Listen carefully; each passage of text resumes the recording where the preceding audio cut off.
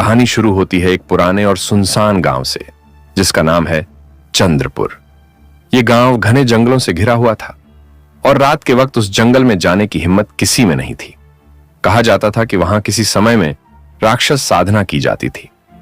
गांव के सबसे बुजुर्ग व्यक्ति बाबा लखन हर नए आदमी को चेतावनी देते थे, उस जंगल की तरफ मत जाना, वहां एक बुरी ताकत का साया है।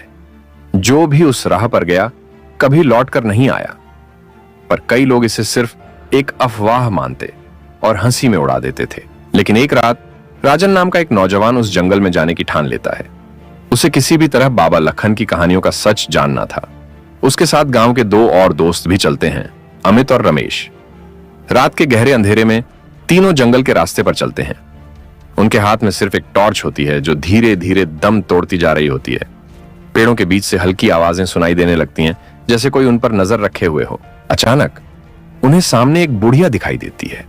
वो अपने हाथों में लाल रंग का कपड़ा थामे हुए खड़ी थी। उसका चेहरा झुर्रियों से भरा हुआ और आंखें सफेद थीं। वो एक अजीब सी हंसी हंसती है और कहती है, तुम लोग क्यों आए हो यहां? ये जगह तुम्हारे लिए नहीं है। राजन हिम्मत करके पूछता है, तुम कौन हो? बुढ़िया बस मुस्कुराती है और कहती है, मैं तो केवल एक पहरेदार हूं। यहां जिसे तलाश है वो उससे पहले नहीं बच सका।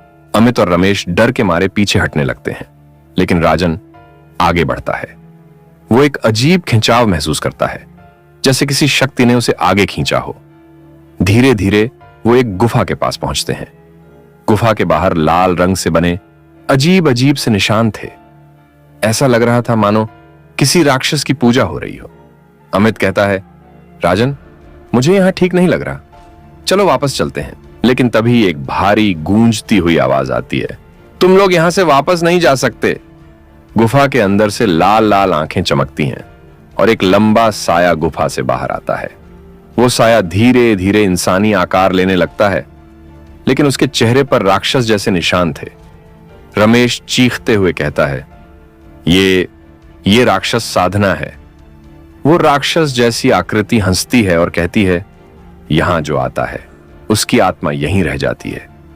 आज के बाद तुम तीनों कभी नहीं लौट पाओगे। अचानक गुफा में से सैकड़ों परछाइयां बाहर आने लगती हैं, जिनके चेहरे पर भयानक दर्द था।